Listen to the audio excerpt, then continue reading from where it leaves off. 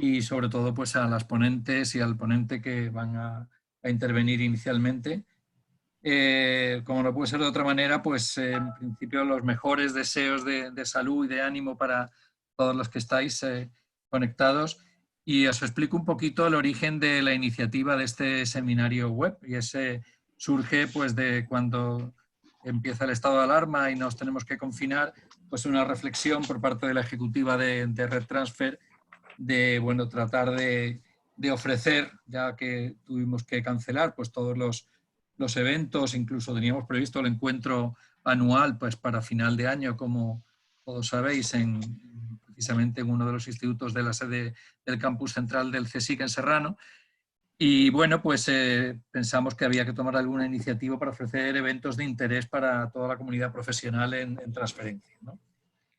Os quiero adelantar que hay algunas otras iniciativas sobre las que estamos planificando, seminarios online, una oferta formativa, digamos, adaptada al formato online también. Todo esto lo iremos anunciando conforme vaya tomando forma, que ya está avanzando.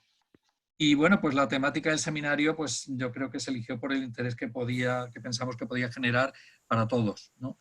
Y bueno, pues sin más, prácticamente paso a presentaros de manera muy breve luego ya explicaré un poquito antes de la intervención de cada persona quién es, pero sabéis que contamos primero con Ángela Ribeiro, vicepresidenta adjunta de transferencia de conocimiento del CSIC, con Fernando Conesa, de la Universidad Politécnica de Valencia, con Nuria Marcos, directora general de Pons IP, y con María José de Concepción, directora del Departamento de Patentes e Información Tecnológica de la Oficina Española de Patentes y Marcas. No, bueno, he comentado un poquito al principio si teníamos algún orden. En principio en la información que se dio, pues aparecía primero Ángela y si te parece, pues comenzamos por ti misma. Vale, pues buenas tardes a todos. Este formato online de presentación ya es el tercero que hago y no está del todo mal, la verdad. Luego ya podemos hablar un poquito y comentar todo esto que os voy a contar. Voy a empezar contando brevemente. El CSIC, el volumen que tiene, somos 120 institutos repartidos por España, 63 propios y 53 mixtos, y ahora vais a entender por qué me meto en esto, de contar cuántos somos, en cuántas personas trabajamos en el CSIC y cuántas de estas personas son investigadores y con qué volumen de ingresos y presupuesto trabajamos anualmente, porque quiero mostrar esto. Desde aproximadamente el 13 de marzo de, pues eso, hace un mes y algo, llamamos para 2 meses, pues nos confinaron en casa y nos metimos de lleno en montar toda una estructura, que es lo que nosotros llamamos plataforma temática interdisciplinar, una estructura llamada Salud Global, COVID-19, donde hemos conseguido a lo largo de estos 2 meses poner más de 40 proyectos en marcha, movilizar a 200 grupos de investigación pertenecientes a 80 centros del CSIC y movilizar también y estar en contacto directo con 80 empresas, instituciones y agentes sociales varios. Bueno, ¿qué es exactamente esas plataformas interdisciplinares? Pues es un mecanismo que ya teníamos montado, que empezó en el año 2018 a raíz pues con el nuevo equipo directivo del CSIC. Es un mecanismo para intentar abordar grandes problemas a través de soluciones globales que involucran a diferentes grupos de investigación de diferentes áreas. Es decir, por eso el interdisciplinar, la palabra interdisciplinar, y siempre van orientados a, como os digo, grandes retos. Estas plataformas necesitan y requieren que aparezcan y colaboren grupos, pero que también colaboren empresas. Tienen que resolver esos retos y luego tienen un formato en el que durante 3 meses tienen una primera parte de mostrar que realmente los grupos de investigación son capaces de llevar a cabo un programa luego tienen una parte de desarrollo que son 36 meses en periodos de 12 meses evaluables y hay un seguimiento continuo. Consiste además en que estas plataformas que intentan resolver este problema global lleven asociado una serie de recursos que provienen de forma externa, al menos un 50% tiene que provenir de forma externa del Consejo. Entonces, esto lo teníamos montado desde 2018 y ya estaba funcionando. Aquí tenéis un ejemplo de nuestro tríptico en el que veis que tenemos los diferentes tipos de plataformas que tenemos, ¿no? Que hemos puesto en marcha. Y esto nos ha servido, tener todo este mecanismo, nos ha servido para en estos meses hacer este camino que veis aquí, este recorrido, que empezó en el día 13 de marzo, creando un comité de coordinación. Rápidamente enviamos mensajes a todos los investigadores para que recoger las expresiones de interés y en el momento que tuvimos eso, creamos una lista, lanzamos la información a los medios de comunicación internos y lanzamos la PTI Salud Global.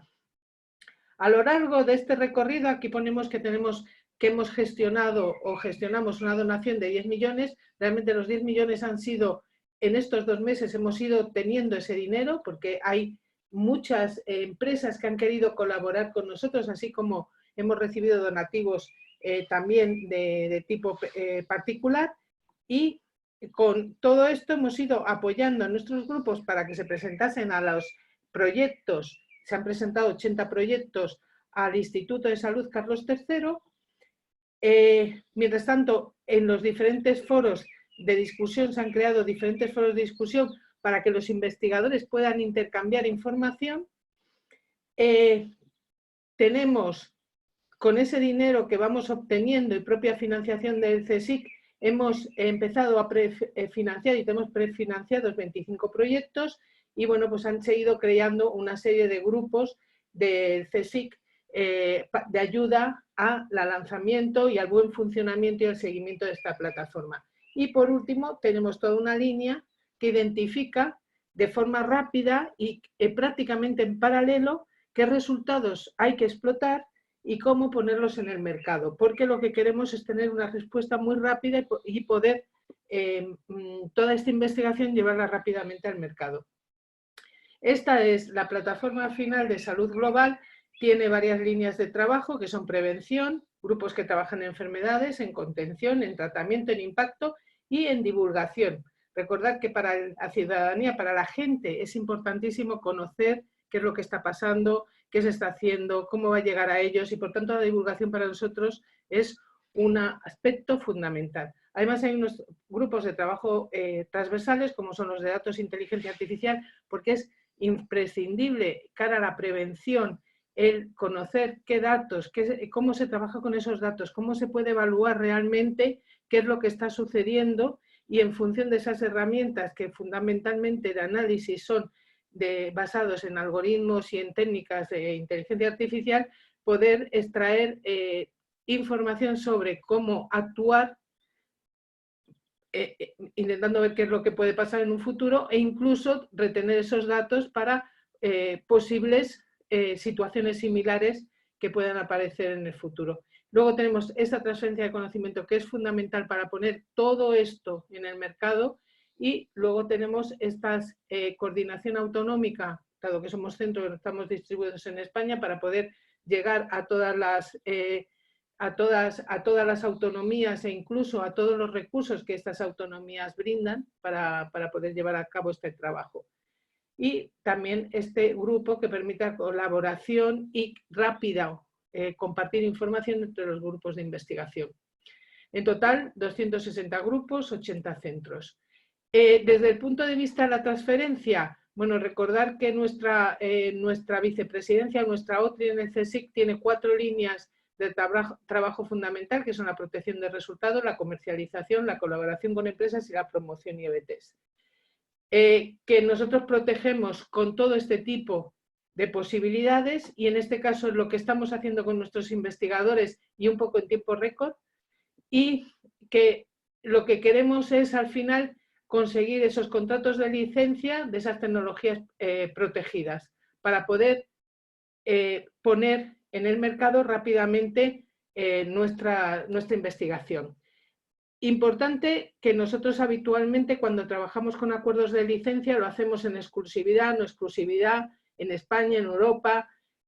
Siempre tenemos un compromiso de explotación que establece un tiempo máximo para poner la tecnología en el mercado. Hay siempre unos gastos de mantenimiento de la patente que van a cargo de la empresa cuando hay exclusividad y normalmente la contraprestación económica tiene una cantidad inicial en unas regalías y pagos por hitos. Esto os lo cuento porque bueno, esta es una distribución del año 2011, bueno, una distribución desde el año 2002 y desde el año 2011 hemos licenciado 626 tecnologías. Esto lo pongo también para daros un poco la visión de la capacidad que tenemos realmente de intentar desembarcar tan rápidamente en el mercado, ¿no? Para que las cosas lleguen a la sociedad rápidamente.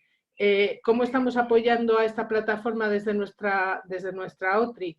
Como estamos haciéndolo con una estrategia de protección de resultados rápida, con una estrategia de comercialización también muy rápida, con una forma de apoyar a la relación con otras entidades. El CNV, no os podéis imaginar, es increíble la cantidad que llega allí, de gente que llega allí con diferentes compuestos, materiales que quieren probar cosas. Hay que hacer MTAs continuamente, hay que hacer acuerdos de confidencialidad y también estamos apoyando en la búsqueda esa continua de convocatorias que puedan incluir a empresas y puedan ayudar a las empresas españolas a captar rápidamente y poner en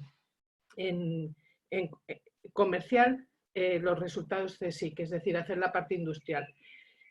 Importante es que nosotros queremos aquí que nuestras condiciones de licencia se rijan un poco, más o menos, se rijan por esto que veis aquí en la transparencia, que es garantizar que las tecnologías llegan al mercado de forma rápida, asegurando que cubren la demanda del mismo. Las licencias vamos a intentar que sean no exclusivas. Todas las empresas del sector deben de tener la posibilidad de explotar para asegurar que se cubre la demanda del mercado a un precio razonable. Queremos un compromiso de explotación que asegure el abastecimiento del mercado nacional y que no vamos a tener dependencia, porque si os habéis fijado, cubrimos todo, cubrimos vacunas, cubrimos diagnóstico, o sea, que podemos aspirar a eso. Y queremos una contraprestación económica de regalías bajas para asegurar que el precio final tiene, que la tecnología en el mercado ya tiene, o el producto en el mercado tiene unos precios razonables. Y esto es todo, he intentado ir muy rápido para ver si lo hacía en 15 minutos y bueno, pues nada más. Luego charlamos y me preguntáis lo que queráis. Pues muchas gracias, Ángela. Sí, la verdad es que yo creo que para que esto sea, digamos, lo más dinámico posible, pues está muy bien que tratemos de ajustar las intervenciones y luego yo creo que ya habrá tiempo de interacción cuando vayan surgiendo las preguntas. Fernando, si te parece, puedes intervenir tú. Fernando Conesa, creo que todos lo conocemos, del Servicio de Promoción y Apoyo a la Investigación, Innovación y Transferencia de la Universidad Politécnica de Valencia y primer presidente de la Asociación de Profesionales de Transferencia, Innovación y Gestión de la Investigación de Red Transfer. Tienes la palabra, Fernando. Vale, pues nada, gracias, Juan. Buenas tardes a todos, a todas.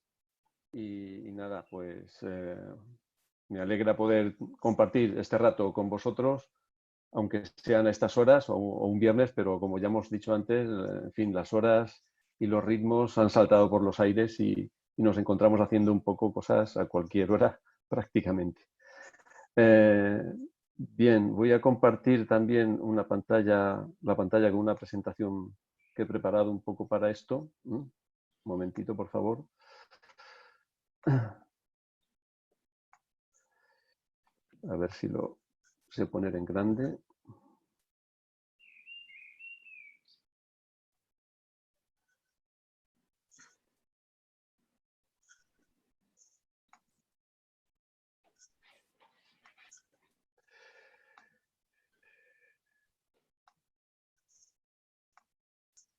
Bien, creo que lo veis ya, ¿no? Bueno, pues mi idea es comentaros una cosa que hemos hecho desde la Politécnica y más en relación con la emergencia sanitaria. Desde luego, la universidad, yo creo que como todas las universidades en España, y yo he seguido algunos casos también fuera de España, pues yo creo que la gente, ha habido muchos elementos de espontaneidad, en lanzarse a hacer respiradores, en lanzarse a hacer mascarillas, en lanzarse a hacer viseras, en fin. Entonces, bueno, pues ha habido desde luego mucha dinámica espontánea, ¿no? Bien, yo creo que eso pues está bien, pero claro, es importante hacer cosas también estructuradas, ¿no? Entonces, pusimos en marcha una cosa que hemos llamado Match COVID-19.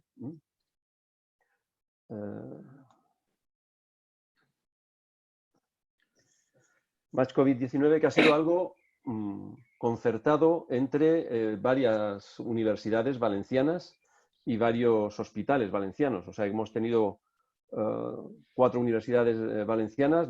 Finalmente la Universidad de Valencia no estuvo en esto, me refiero a públicas.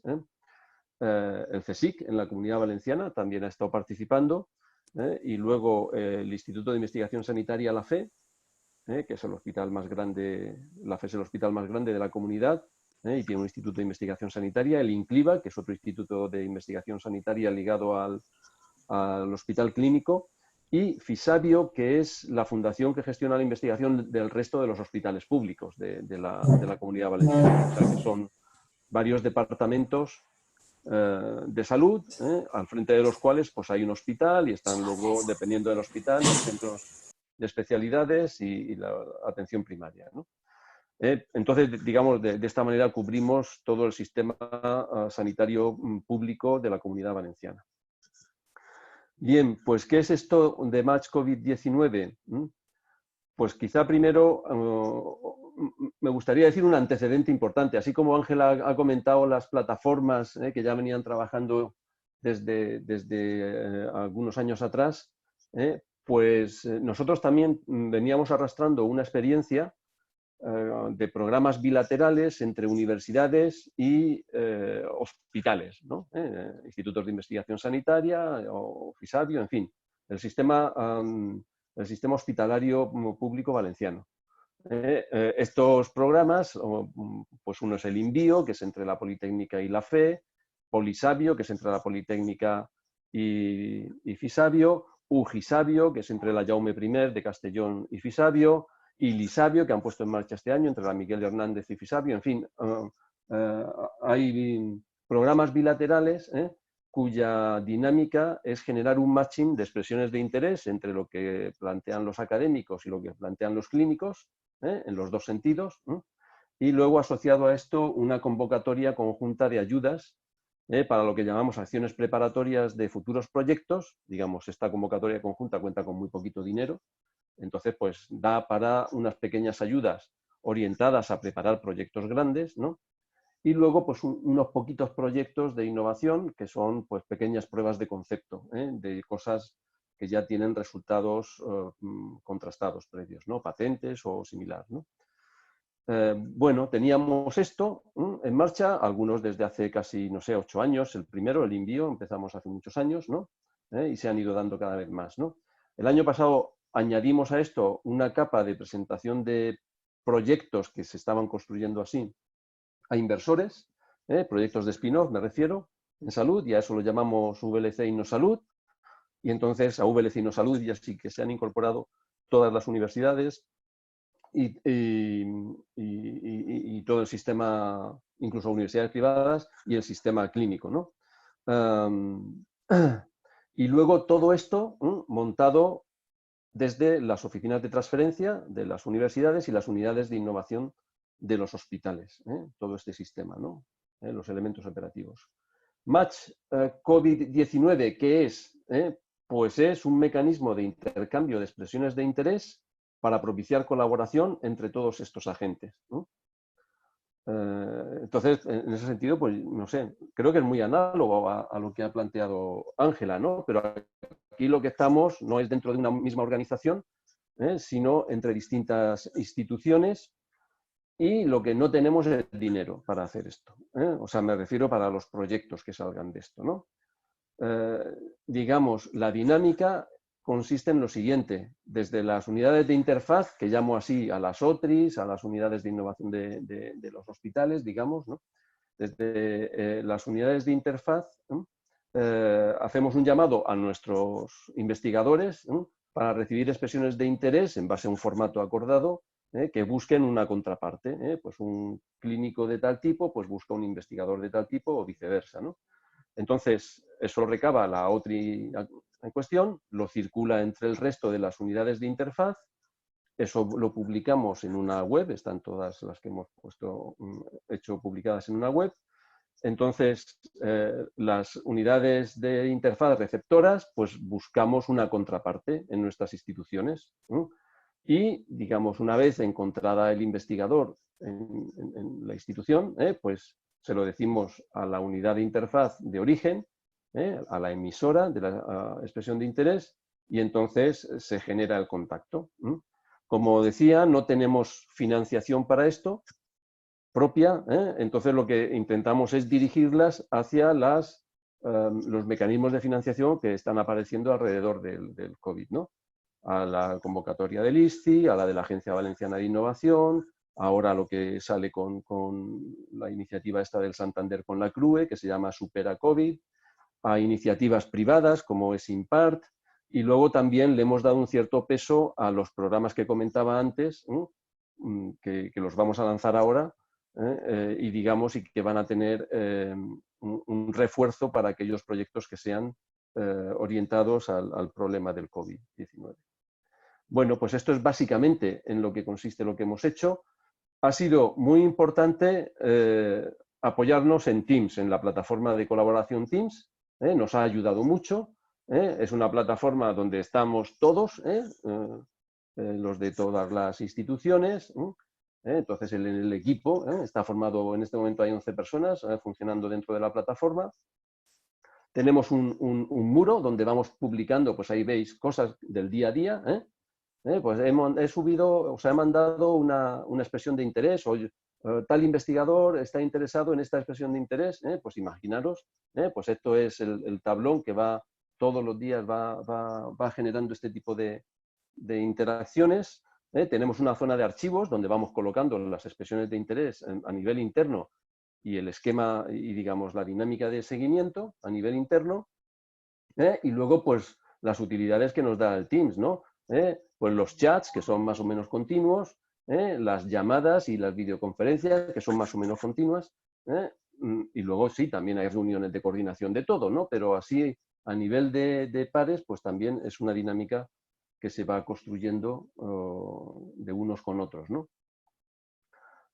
Tenemos una hoja Excel de control, yo he puesto aquí un esquema de la misma, entonces, pues digamos, cada institución va emitiendo sus expresiones de interés, y entonces, digamos, pues estas son, digamos, las expresiones de interés con su entidad emisora, y entonces, pues las distintas instituciones, pues si encuentran algún investigador, pues cuando lo encuentran, digamos, lo dicen, fulanito tal podría tener interés, y equivale al amarillo.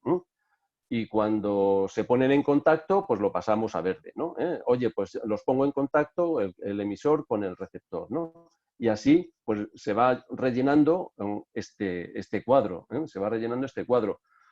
Nos hemos encontrado incluso con conexiones dentro de una misma institución, o sea, sobre todo Fisabio, que está repartido en toda la geografía valenciana, pues que los de Castellón con los de Alicante, en fin, pues se ha producido ese tipo de matchings también, ¿no? Y esto es una hoja Excel, en fin, esto está arregladito, la hoja Excel es de trabajo, está mucho más, con mucha más letra que esto, pero y está en Teams, y cuando uno hace una gestión de estas, pues lo coloca ahí y tenemos todos una información en tiempo real. ¿Cuánto hemos producido de esto? Pues lo arrancamos el 27 de marzo. Empezamos algunos de todos estos y se fueron incorporando algunos más en los siguientes días, y hasta el día de hoy pues se han generado 47 expresiones de interés y digamos, al menos 71 matchings.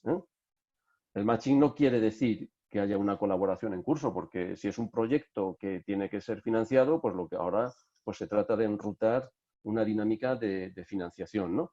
Pero la verdad es que con un esfuerzo que yo creo que no es tampoco excesivo, ¿no?, pues hemos conseguido una dinámica de multiplicación de la colaboración entre nosotros, ¿no? Hay algunas universidades o oficinas, digamos, ¿no?, que se han implicado más y que han podido dedicar más recursos al tema y han emitido un montón, han dinamizado mucho su institución, tanto para emitir expresiones de interés como para buscar entre sus académicos quienes puedan machear otras expresiones de interés y otras instituciones pues, que no han sido tan activas, ¿no?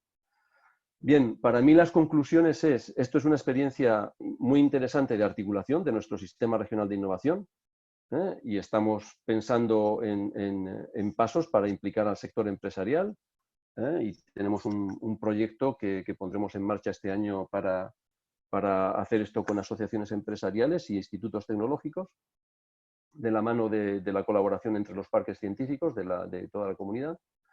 Ha habido un efecto de dinamización de la actividad de I+D, sí que es cierto. Yo creo que se revela como algo clave el papel de las unidades de interfaz, llámense OTRIs, unidades de innovación o como las queráis llamar, la relevancia que tiene la confianza entre nosotros. Por eso los antecedentes de todo lo que hemos hecho antes es muy importante, porque ahí se ha ido construyendo esa confianza. Y luego, pues yo también destacaría la relevancia que hay de las plataformas, ¿no?, estas, como en este caso Teams, o como Slack, o como pudieran ser otras, ¿no?, para facilitar la articulación. Yo creo que esto ha sido un cierto descubrimiento, ¿no?, de decir, bueno, esto al final pues puede ayudar mucho. Y bueno, y eso es todo por mi parte. Muchas gracias por la atención. Gracias a ti, Fernando. Yo creo que es muy interesante la experiencia que habéis puesto en marcha, Match COVID-19, y yo personalmente sí que tengo alguna pregunta, pero la iré poniendo en el chat. Aprovecho para deciros a todos los que estáis participando que tenéis a vuestra disposición el chat en el cual pues, podéis ir ya dirigiendo vuestras preguntas a cada uno de los ponentes. Luego tenemos la posibilidad siempre de activar el micrófono de cada una de las personas que están interviniendo y bueno, hacer las preguntas de viva voz, pero bueno, pues si vais generando ya alguna consulta, se va generando alguna consulta, alguna duda, pues la podéis ir poniendo en el chat y ya queda reflejada ahí, la podemos compartir entre todos para que luego se vaya contestando por la persona a quien le toque. Bueno, pues un poquito en la misma línea de la convocatoria, tendríamos ahora la intervención de María José de Concepción. Ya es algo distinto, ahora pasamos de dos organismos, CSIC y UPV, ejecutores de investigación, a la Oficina Española de Patentes y Marcas, un organismo que depende de la Administración General del Estado. Y bueno, yo creo que es interesante también saber, me consta que están siendo muy activos por mi propia actividad profesional, pero mucho mejor que nos lo explique María José. Tienes la palabra, María José. Vale, muchas gracias, Juan, sobre todo por la invitación, por poder estar en este seminario web esta tarde de viernes. Y muchas gracias también por contar con la Oficina Española de Patentes y Marcas. Realmente todos estamos hablando de lo que ha sido el cambio y la adaptación y la búsqueda de soluciones a una situación excepcional. Y yo creo que ahí está la clave de la palabra. Era algo excepcional, para lo que ninguno estábamos preparados, y las respuestas que se han ido dando y los mecanismos que hemos ido desarrollando no solamente por lo menos en mi experiencia personal, no solamente nos hablan de cómo hemos hecho o estamos haciendo frente ahora en el presente, sino también cómo tendrían que ser las líneas o cómo muchas líneas de actuación de este presente van a quedarse con nosotros en un futuro. Y así también lo estamos valorando en la oficina. Nosotros nos encontramos con la gran suerte que desde la dirección de la oficina, todo el equipo directivo, antes de que se decretase el estado de alarma, estábamos ya pendientes de cómo poder coordinar nuestra actividad de cara al servicio que prestamos al ciudadano. La cuestión era, si llega un momento que nos cierran la oficina y tenemos que estar cada uno en nuestra casa, ¿cómo vamos a poder estar ahí para la tramitación que tengan que hacer nuestros solicitantes de cualquiera de las modalidades de propiedad industrial? Gracias a una visión en este sentido, pues cuando llegó el momento, y muchos de vosotros lo sabéis porque sois asiduos solicitantes o asiduos compañeros, y miro a Nuria, claro, y nos sonreímos porque estamos siempre ahí y compartiendo experiencia y haciendo seminarios y jornadas juntos, pues entonces a partir de ese momento dijimos, tenemos que empezar a trabajar de otra manera y tenemos también lo que era el teletrabajo y tenemos también que abrirnos a la nueva experiencia y ver qué podemos aportar nosotros en lo que está pasando ahora mismo, ¿vale? Entonces, bueno, yo he hecho una presentación con los 4 temas fundamentales en los que nos hemos ido centrando y sí que me gustaría repartirlos en estas 4 partes que aparecen aquí. Nuestra participación en el asesoramiento al Ministerio de Industria, Comercio y Turismo en materia de propiedad industrial, las medidas para estimular el desarrollo de nuevas soluciones, acciones también contra las falsificaciones de material sanitario y medicamentos. Si seguís las noticias, es increíble todo lo que está entrando como productos falsificados, aprovechando ahora la coyuntura de la lucha contra el COVID-19. En nuestra página web tenemos un apartado que se llama Stop Falsificaciones y ahí pues vamos publicando las noticias y las normativas más importantes que nos van llegando a nivel nacional e internacional para la lucha contra la falsificación. Y luego pues otras actuaciones que os iré comentando. En un primer momento os podéis imaginar, y con lo que habéis estado hablando de nuevos proyectos, nuevas iniciativas, os podéis imaginar también la avalancha que nos podía estar llegando nosotros a la oficina en forma de solicitudes de patentes, de modelos de utilidad, de diseños, de marcas. Bueno, alguna además de los casos de estas marcas pues han salido en las noticias por la utilización denominativa del nombre COVID-19, ¿vale? Entonces, bueno, lo primero fue, el Ministerio nos dijo, ¿qué hacemos o cómo podemos contribuir a que a saber qué tecnología está protegida ya por una patente, por ejemplo, que tiene ya unos derechos de propiedad industrial y no infringir esos derechos con nuevas iniciativas y nuevos desarrollos que nos pueden estar llegando a nosotros, pues de centros de investigación, de organismos públicos, de centros privados, de universidades y de empresas.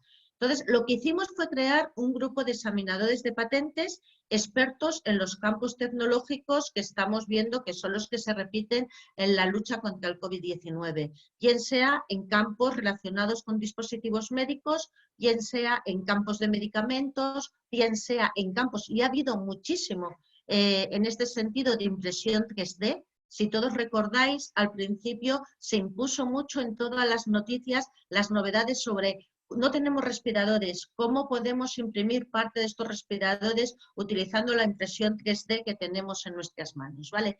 Pues entonces en estos campos tenemos seleccionado un grupo de expertos entre los examinadores de patente que están a disposición del Ministerio del Mincotur, del Ministerio de Industria, Comercio y Turismo y del Ministerio de Sanidad para todo lo que sea asesoramiento en materia de propiedad industrial o incluso en muchos casos estudios sobre el estado de la técnica. Después también el segundo punto, ya os lo he contado, pues sobre todo el asesoramiento a decir esto está protegido o esto no, aquí puedo infringir derechos, aquí no, sobre todo en la primera avalancha que tuvimos en consultas relacionadas con lo que era la impresión 3D.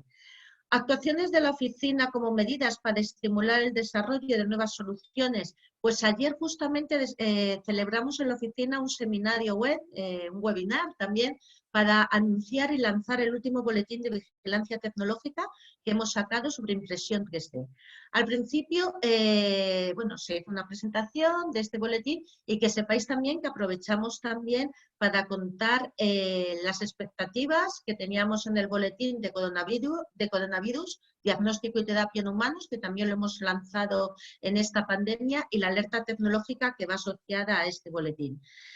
Empezamos a lanzar estos boletines de vigilancia tecnológica porque somos conscientes que nuestros productos de información tecnológica son productos muy útiles y tienen un muy buen feedback entre nuestros usuarios y además entre muchos sectores dedicados a la investigación. Entonces nos pareció importante estar ahí y dedicar nuestro estudio a ello. Lo hemos dividido, este boletín está dividido en varias partes, que son las antivirales y otros agentes contra la enfermedad viral, vacunas, diagnósticos y luego dispositivos para el tratamiento, control de la infección vírica. Y también hemos sacado una alerta tecnológica. A lo mejor no todos estáis familiarizados con lo que es un boletín de vigilancia tecnológica y una alerta tecnológica. Nosotros en el boletín de vigilancia tecnológica lo publicamos cada 3 meses y entonces en ese boletín de vigilancia tecnológica, según el sector tecnológico, recogemos toda la información que hay sobre patentes relacionadas con los sectores que completan el boletín y además noticias también relacionadas que consideramos relevantes para el entendimiento de la tecnología correspondiente. Son totalmente gratuitos, uno se puede suscribir a ellos, un formulario de la página web y les llega. Y la alerta no está formalmente, por decirlo de alguna manera, tan formada como el boletín, pero sí que nos descarga diariamente todo lo que hay publicado a nivel de patentes nacional e internacional en un sector tecnológico que elegimos. Están también anunciadas en nuestra página web y por supuesto que son gratuitas. Este boletín ya hemos visto que tiene un número de descargas y difusión que nos ha sorprendido. Sabemos que son productos muy buenos, pero nos ha sorprendido la gran difusión que ha tenido.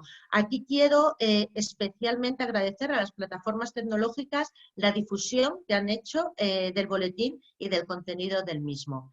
Y después, lo que os comentaba antes, nos hemos enfrentado al tema de las falsificaciones. Yo lo he dividido en 3 partes, como podéis ver en la pantalla. Una, identificar las noticias de materiales médicos y sanitarios falsificados. Hacemos una operación de rastreamiento de estas noticias. Tanto OMPI como la UIPO están también trabajando sobre lo mismo. Después lo que os comentaba, nosotros tenemos nuestro banner Stop Falsificaciones en nuestra página web y ahí estamos también colgando todo lo que puede ser de interés para el ciudadano en relación con los productos falsificados que nos estamos encontrando ahora mismo. Y totalmente y continuamente en contacto también con la Agencia del Medicamento Española, ¿vale? Eso sería también otro punto importante. Y por último, y ya para acabar y cumplir con el tiempo establecido, sí que me gustaría pues, comentar algunas de otras cuestiones en las que hemos trabajado. El estado de alarma del 14 de marzo, por Real Decreto 463/2020, uno de los puntos que incluía era el aplazamiento de los trámites administrativos. Nosotros tomamos la decisión, por resolución del director, de publicar una resolución en la que levantábamos 64 trámites administrativos para la concesión de las modalidades de propiedad industrial, bien sean invenciones, bien sean patentes o modelos, bien sean signos distintivos o bien sea, por ejemplo, diseños industriales o CCP. Queda lo que necesitábamos, el consentimiento del solicitante, porque así queda establecido. Entonces, según resolución del director, del 25 de marzo, hemos podido conseguir levantar estos trámites administrativos y no paralizar la vida de la propiedad industrial y el desarrollo de la propiedad industrial ahora mismo en España. Según veamos cómo va avanzando el momento en que volvamos a lo que todos ya llamamos, entre comillas, la normalidad, veremos si hay otros trámites que pueden llegar a ser levantados también, igual que hemos hecho con estos primeros. Y esto sería ya pues, los puntos principales que quería comentar hoy.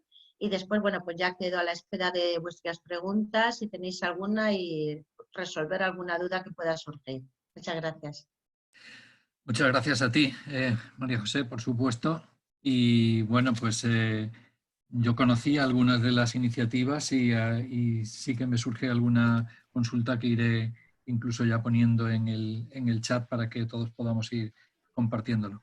Bueno, pues esta primera parte del seminario web la terminamos con una nueva intervención, en este caso de Nuria Marco, directora general de Pons IP, es otra visión. Hemos tenido dos instituciones ejecutoras de investigación, la visión de la propia Oficina Española de Patentes y Marcas y ahora la visión de una agencia de propiedad industrial que yo creo que nos puede dar algunas recomendaciones de cómo actuar en estos momentos en que puede haber pues, condicionantes de urgencia o de otro tipo.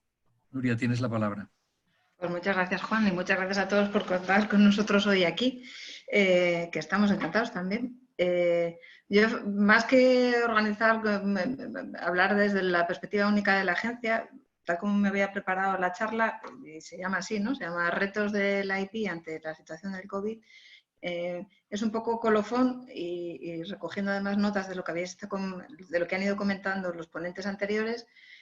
Para mí creo que ha sido un cambio, pandemia aparte, quiero decir que la pandemia lo que ha ocasionado ha sido un cambio de modelo sin transición, en el que lo público de repente adquiere una importancia y un protagonismo que no tenían hasta ahora. Pues, ese modelo sobre el que todos estamos trabajando, y más aquí dentro de Red Transfer, de transferencia de tecnología, creo que va a sufrir un cambio y que el modelo de IP, tal como lo conocíamos, nosotros veníamos trabajando un poco también en esa misma idea y esto, claro, lo ha dinamitado, lo ha disparado, pero vamos a tener que trabajar de manera distinta. Y vamos a tener que trabajar de manera distinta porque los retos son distintos y el entorno es diferente.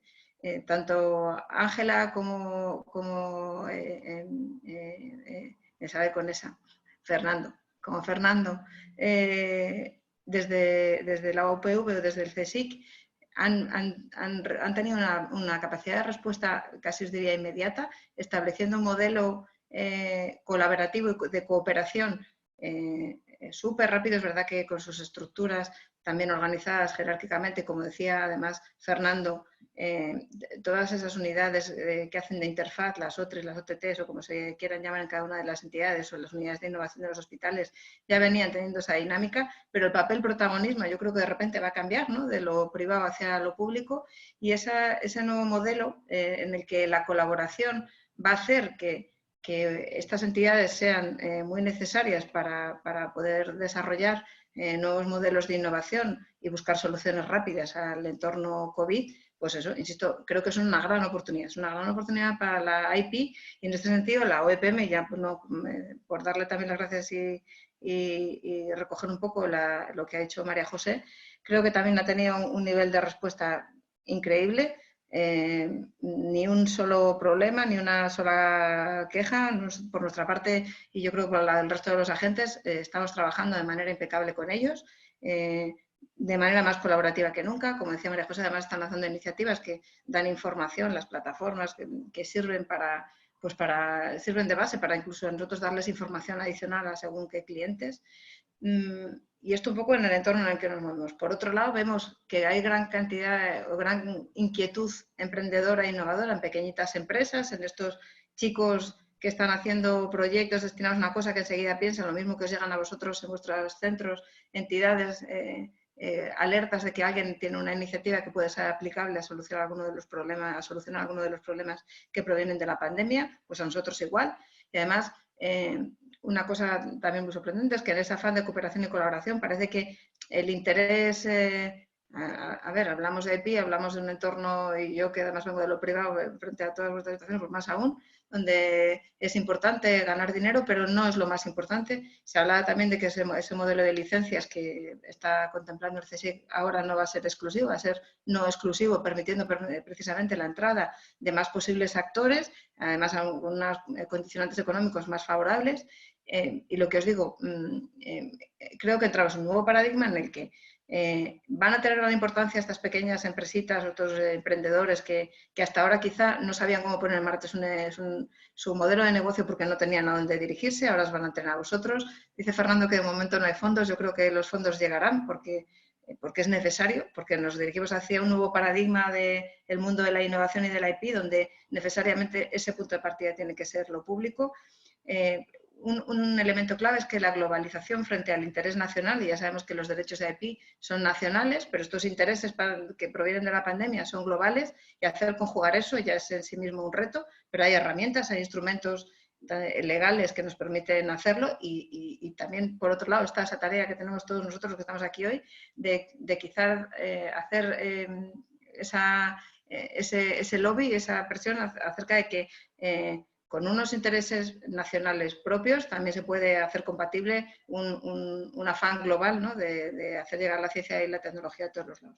Por otro lado, cosas que hay que tener en cuenta, y eso lo sabéis vosotros, no voy a ponerme a hablar ahora aquí de licencias obligatorias ni de expropiación de patentes.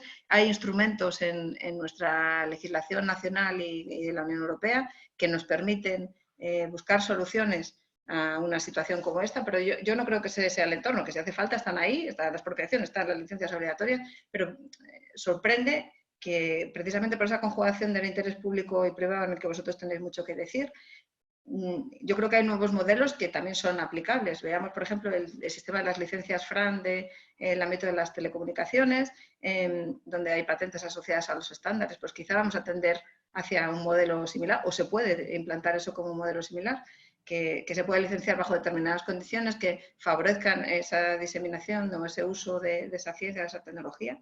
Otro paradigma al que creo que nos tenemos que enfrentar y que también la IP tiene que saber dar respuesta, la IP entendida como estrategia global que acompaña la innovación de principio a fin, desde la ideación del proyecto hasta dar una respuesta a una necesidad como esta, o a necesidades puntuales que surgen de una situación como esta. Y es que, pues eso, estábamos muy preocupados, en Europa hemos sido muy garantistas con la privacidad de los datos y ahora de repente los datos, ya ni siquiera hablo de los datos personales, sino que los datos anonimizados que provienen de ese dato personal pueden ser utilizados con activos tecnológicos provenientes de la inteligencia artificial, del 5G, para conseguir un resultado útil. También nos hablaba Ángel antes de pues que tienen modelos de predictivos y todos estamos trabajando sobre herramientas así, en las que es importante de nuevo poner en valor ese interés público, ¿no? frente al uso del dato. Hay que establecer un marco regulatorio adecuado para ese dato de carácter no personal, pero que permite obtener información y que va a ser esencial para poder precisamente dar una respuesta a estos nuevos retos. Y por tanto, aquí la clave yo creo que va a estar en encontrar el equilibrio entre la defensa de los derechos fundamentales de las personas y el interés general que una situación como la del COVID-19 nos va a llevar. ¿Esto qué supone? Pues yo creo que de verdad estamos en un momento de estos paradigmáticos, ¿no? He utilizado la palabra varias veces, que no es que me guste mucho, pero es que creo que va bastante con la situación, y es que tenemos que definir nuevos modelos de gestión. Además, de forma colaborativa, en un entorno novedoso, que cambia muy rápido, que necesita una respuesta muy rápida, y en estos nuevos modelos de gestión del IP, todos los actores que habéis hablado y los que estáis ahí escuchando, tenéis mucho que decir desde nuestro punto de vista, porque todos podemos aportar y sumar, y además cada vez veo más necesaria esa colaboración. Pues claro que los boletines de vigilancia de la OEPM son muy necesarios y a nosotros nos sirven como base, como digo, para pues hacer un benchmark, para definir cuál es el entorno de una determinada tecnología con potencial o no para una empresa o con un mercado para una empresa. Por tanto, las claves en estos nuevos modelos de negocio es, yo creo, open mind, todos abrir la mente. Va a ser un nuevo modelo de transferencia de tecnología al que nos tenemos que enfrentar, en el que tenemos que conjugar y llegar a ese equilibrio entre los derechos fundamentales y el interés general y utilizar todas estas herramientas de la propiedad industrial que, como vemos, el CSIC maneja estupendamente. No son solo las marcas, las patentes, los diseños, están los secretos empresariales, están los derechos de autor. Todos ellos nos tienen que servir para hacer modelos útiles, flexibles, colaborativos y que lleguen rápido a dar respuesta a las necesidades de esta pandemia, entiendo. Nada más, muchas gracias. Gracias a ti, Nuria. Bueno, pues con la intervención de Ponce IP, de Nuria Marcos, pues hemos llegado al final de la primera parte del seminario web, que eran las intervenciones que estaban previstas. Ahora empieza, digamos, la parte a la que le podemos, estamos ahora mismo, me parece que 39 participantes, a la que le podemos sacar más partido, que es las preguntas. Os animé en alguna intervención anterior entre dos de los ponentes a ir poniendo preguntas en el chat. Yo he ido introduciendo alguna y bueno, yo creo que tenemos a Paloma de soporte de RedTransfer que puede ir gestionando un poquito conforme alguno de vosotros queráis intervenir y queráis hacerlo a través del chat o bien pidiendo la palabra. Bueno, yo me atrevería a lanzar alguna pregunta porque ya las tengo incluso puestas en el chat. En principio para Ángela. Ángela, habéis hablado de donaciones. Vamos, yo estoy como persona que trabajo en el CSIC, estoy al corriente de todo esto, pero creo que puede resultar de interés. Una pregunta bastante concreta. ¿Las donaciones que se han recibido han sido finalistas a determinados proyectos? Es decir, yo quiero financiar este proyecto. ¿Cómo se ha gestionado eso? ¿Ha sido el comité de coordinación que has mencionado de la plataforma quien ha tenido que tomar las decisiones de prefinanciación de proyectos? ¿Nos podrías ampliar esto? Bueno, las donaciones han sido de todo un poco. No sé si me oís, ¿no? Es que de repente, espera. Sí, perdonad, es que de repente he dejado de ver a Juan y ya no sabía.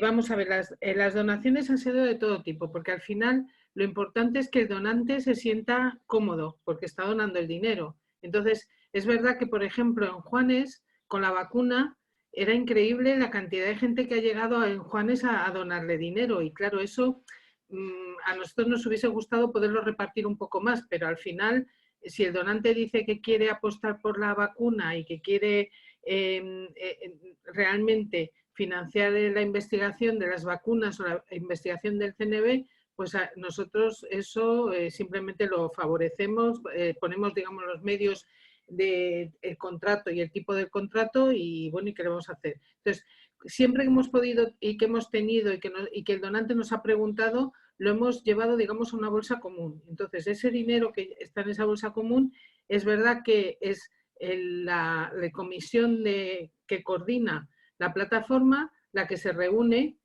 y junto con BICIT es los que deciden cuáles son los proyectos y cómo distribuir los proyectos. Otra cosa importante es que toda la gente, absolutamente todos los proyectos que ahora mismo están siendo financiados, han hecho su esfuerzo por presentarse a las convocatorias. Se han presentado las convocatorias del Instituto de Salud Carlos III, algunos han pasado la primera fase del Caixa Impulse, o sea que la gente sí que está presentándose también a convocatorias. Pero claro, cuando tenemos tan poco tiempo y hay que tener una respuesta rápida, también es la institución que inicialmente empezó con recursos propios y ahora ha añadido a esos recursos propios las donaciones, pues está muy bien que tenga ese dinero para que la gente pueda empezar desde el minuto 1 a trabajar. Entonces, no sé si con eso he contestado tu pregunta. Yo creo que sí, ¿no? Sí, vamos, yo lo que quería era conocer un poquito la Exactamente, dinámica, pero yo creo que era de interés. Las que el proceso además ha sido muy transparente, ¿eh? Y además se ha dado un poco, digamos, a los proyectos que tenían más sentido o que eran más de aplicación más rápida y más claros desde un inicio, se les ha dado a todos alguna cantidad para que puedan empezar a trabajar y luego buscar sus recursos propios. Muy bien. Muchas gracias, Ángela. Paloma, no sé si hay alguna palabra pedida o alguien te ha sugerido seguir haciendo preguntas. Yo tengo todavía preguntas, pero... De momento no, de momento vale, parece bien. que no. Pues me gustaría, tengo alguna pregunta en el chat más dirigida, en este caso más para Fernando. Fernando, he visto toda la estructura que habéis montado de Match COVID-19, pero una cosa que, bueno, creo que suscitará alguna intervención cruzada también por parte de Ángela, porque la duda concreta, lo que planteo, veo que tú has escrito también en el chat, es cómo estáis gestionando las demandas de empresas. Me refiero a las demandas de empresas porque nosotros sí que estamos recibiendo pues consultas de particulares, de pequeñas empresas, sobre todo, que, bueno, pues a lo mejor se han lanzado a fabricar mascarillas, a fabricar a lo mejor pantallas, a fabricar distintos tipos de dispositivos que pueden ser de utilidad en toda la gestión de la pandemia. Y entonces, bueno, pues en el caso del CSIC se está centralizando y, por ejemplo, pues Ángela nos lo hace llegar a todas las personas de la Vicepresidencia Adjunta de Transferencia y nos nos dice, ¿conocéis algún grupo? Y bueno, y a partir de ahí se establecen unos canales de comunicación y se intenta dar respuesta a esa consulta que viene originada, digamos, por una... Normalmente suelen ser cosas muy puntuales y bastante relacionadas, pues esto, con certificación y demás. Entonces, la pregunta iría por dos lados. ¿Estáis recibiendo ese tipo de consultas y de demandas en toda la estructura que habéis montado? Y bueno, y lo aprovecho también para que nos comentes un poco lo que has introducido en el chat de ver la propuesta de condiciones de licencia. Bueno, digamos, la dinámica de Match COVID-19 no es una dinámica con empresas. Es una dinámica entre instituciones académicas y, digamos, y la red sanitaria. Por supuesto, hay algunas empresas que vienen y nos plantean cosas. No muchas, la verdad. Ha sido casi más al contrario de algunas cosas que incluso habíamos planteado en Match COVID-19, haber contado con o haber buscado alguna empresa, ¿no? para colaborar, ¿no? Eso sí que lo hemos hecho y hemos contado para ello, digamos, con las interfaces del sector empresarial, que también las hay y además para nosotros van a ser importantes próximamente. Entonces, lo que nos han recibido, lo que nos han planteado empresas, pues lo hemos tratado como tratamos cualquier cosa que nos plantea una empresa. Hemos buscado el grupo o sea, lo que hemos tenido son muchas cosas tontas, ¿no? O sea, de gente que viene con una idea porque se le ha ocurrido como una ocurrencia, ¿no? Eso, pues yo creo que todos conocemos o nos vienen cosas de ese tipo también. Intentando salvar el mundo y quizá con muy poca base, ¿no? Y hemos tenido algún caso así también, ¿no? Pero por lo demás, lo que nos viene de una empresa y nos entra a nuestra universidad, digamos, es una dinámica habitual el encontrarle un grupo que la pueda atender, ¿no? Pero no hemos tenido mucha demanda. Otra cosa son las dinámicas de los propios investigadores de hacer mascarillas, pantallas o lo que fuera, ¿no? O los makers, los estudiantes, ¿no? Eso también ha habido mucho de eso, ¿no? Y ahí, bueno, pues intentaron organizar una centralización de todas las máquinas de impresión 3D de la universidad en un sitio para aumentar la capacidad productiva. Bueno, pero eso es otro tipo de cosas, ¿no? Del asunto del Match COVID-19, lo que sí que quiero, porque he visto algunos compañeros míos que están en el webinar, ¿no? Pues agradecerles, pues, su implicación en este proyecto, en esta actividad.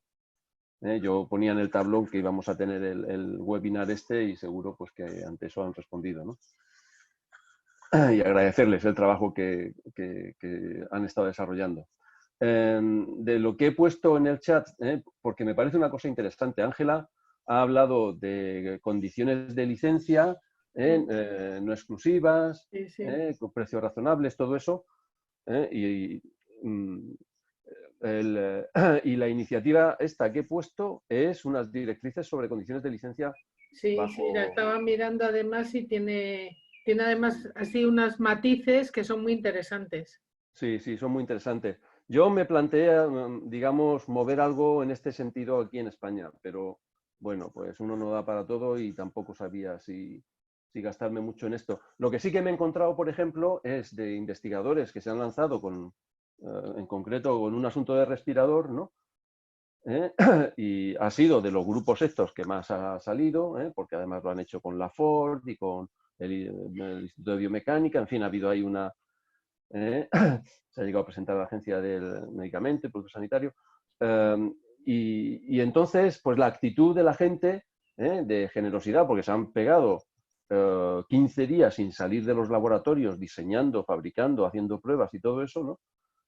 Al principio era decir, esto yo no lo protejo, esto que lo pueda utilizar todo el mundo, ¿no? O sea, quiero dejarlo libre, ¿no?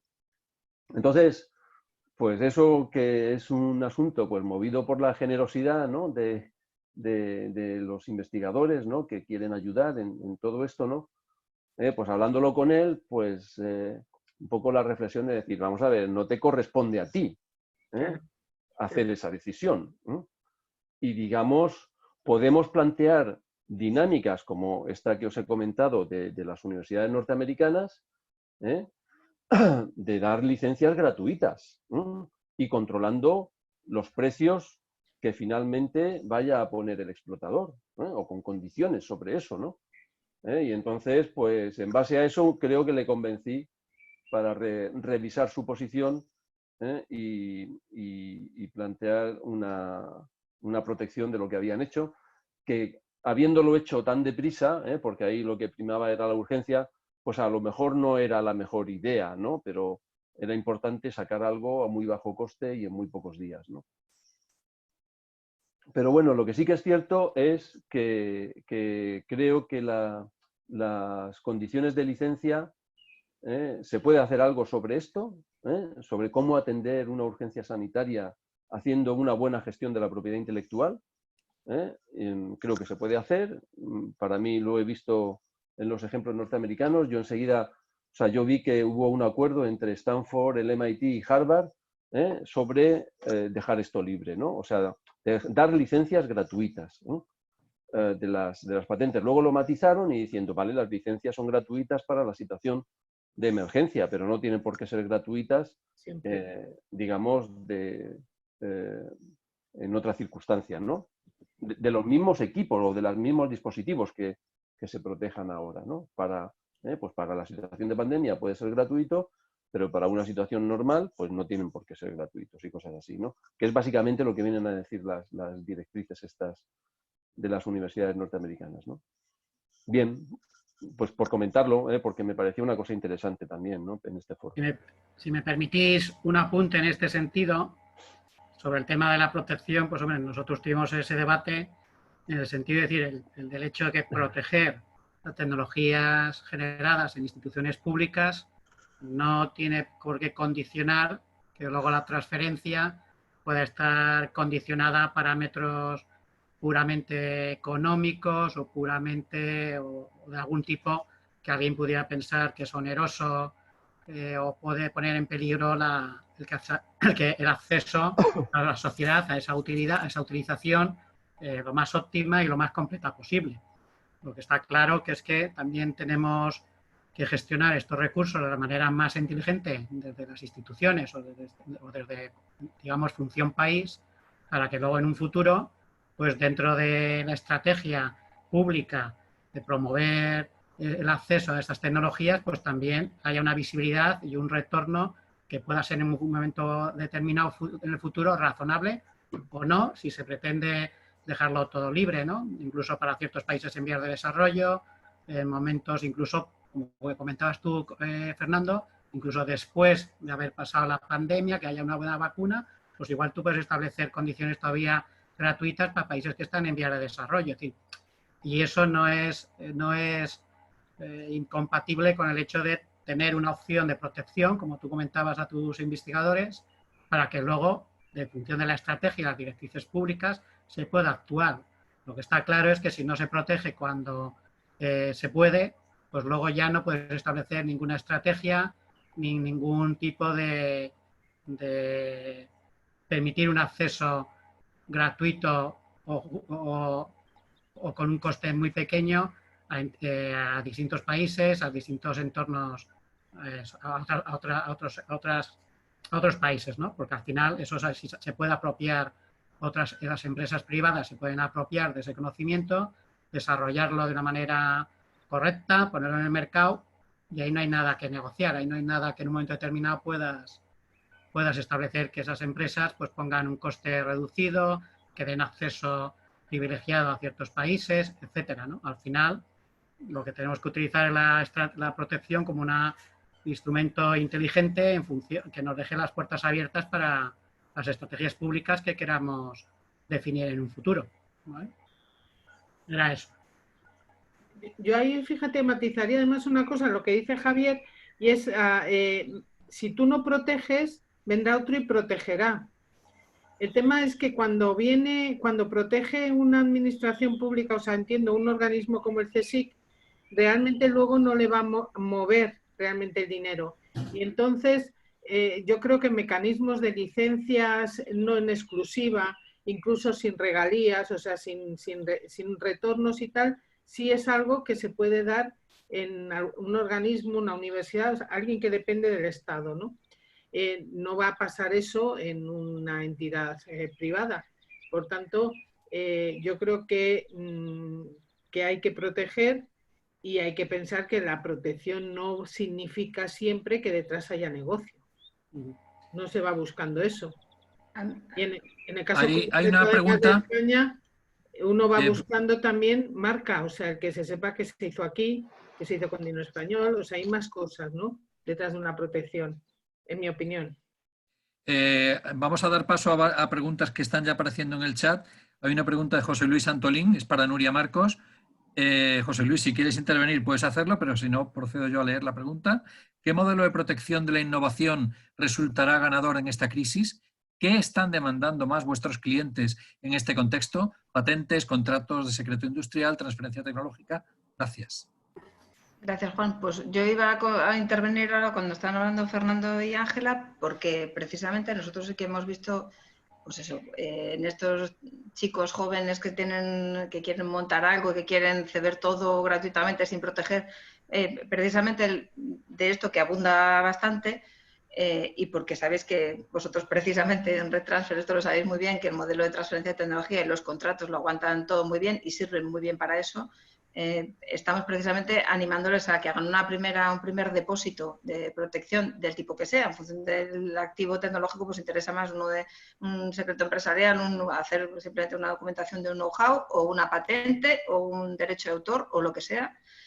Y luego unos contratos que realmente regulen esa situación, que si la licencia es para este uso concreto de la tecnología de forma gratuita y luego que se reserve la capacidad onerosa en caso de que haya algún lucro por parte de quien vaya a explotar esa tecnología de otro modo o para otra utilidad, pues es que, como decía Ángela, no puedo estar más de acuerdo. Es que el modelo de propiedad intelectual está precisamente para eso. Proteges de la forma que el activo quede mejor reflejado y mejor se pueda defender mejor, y después de eso con los contratos puedes perfectamente, por un lado, fomentar ese espíritu, ¿no?, de ayudar en un momento como este, y por otro lado, reservarte la capacidad de que para otros fines, para otras utilidades, o en caso de que aquello realmente tenga una explotación comercial relevante y que vaya a adquirir otra dimensión, pues pueda también revertir en interés de quien ha participado. O sea que sobre todo, ya por concretar la pregunta, pues estamos viendo muchas peticiones de protocolos de secreto empresarial que, sobre todo para las empresas pequeñas que están en ese momento, que todavía no saben ni tienen definido con quién ni cómo y qué van a proteger, es bueno, y evitan la divulgación y que luego no puedan hacer nada. Y por otro lado, pues patentes, que está claro que son muy útiles en cualquier entorno y en este más, y los contratos. Y digamos que estrategias alineadas de estos tres elementos. También las marcas, pero digamos que de manera más minoritaria. También ocurre igual con los diseños. Gracias, Nuria. Hay otra pregunta puesta en el chat de Beatriz Lara, compañera de la VTC del CSIC, para Ángela. Beatriz, si quieres puedes intervenir, pero yo leo la pregunta. Es para Ángela, en principio, ¿van a poder ser compatibles las licencias no exclusivas con el desarrollo de las tecnologías por parte de las empresas?